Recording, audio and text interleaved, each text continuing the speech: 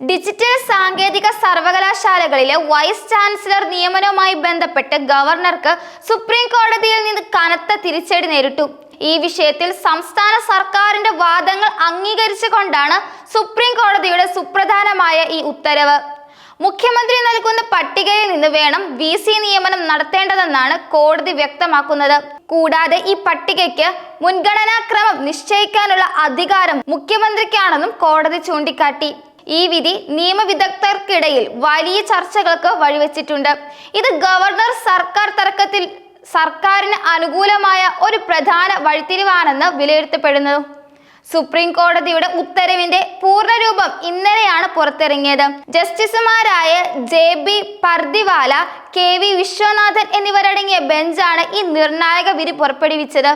Supreme കോടതി മുൻ ജഡ്ജിയായ justice Sudhanshu ധൂലിയയെ search committee അധ്യക്ഷനായി നിയമിച്ച കോടതി ഈ കമ്മിറ്റിയിൽ നിന്ന് UGCയുടെ പ്രതിനിധിയെ ഒഴിവാക്കുകയും ചെയ്തു.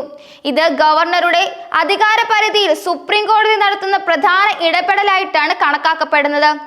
ഉത്തരവനുസരിച്ച് ജസ്റ്റിസ് ധൂലിയയുടെ നേതൃത്വത്തിലുള്ള സെർച്ച് കമ്മിറ്റി VC നിയമനത്തിനായി പരിഗണിക്കേണ്ട പേരുകൾ അക്ഷരമാലാക്രമത്തിൽ ഒരു പട്ടികയായി തയ്യാറാക്കണം.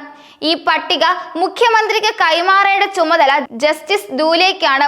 അതിനുശേഷം മുഖ്യമന്ത്രിക്ക് ലഭിക്കുന്ന ഈ പട്ടികയിലെ പേരുകൾ മുൻഗണനാക്രമം നിശ്ചയിച്ച് അത് ഗവർണർക്ക് കൈമാറണം. ഈ നടപടിക്രമത്തിലൂടെ നിയമന പ്രക്രിയയിൽ സംസ്ഥാന സർക്കാരിന് പങ്ക് വർദ്ധിക്കുന്നതായി കാണാം.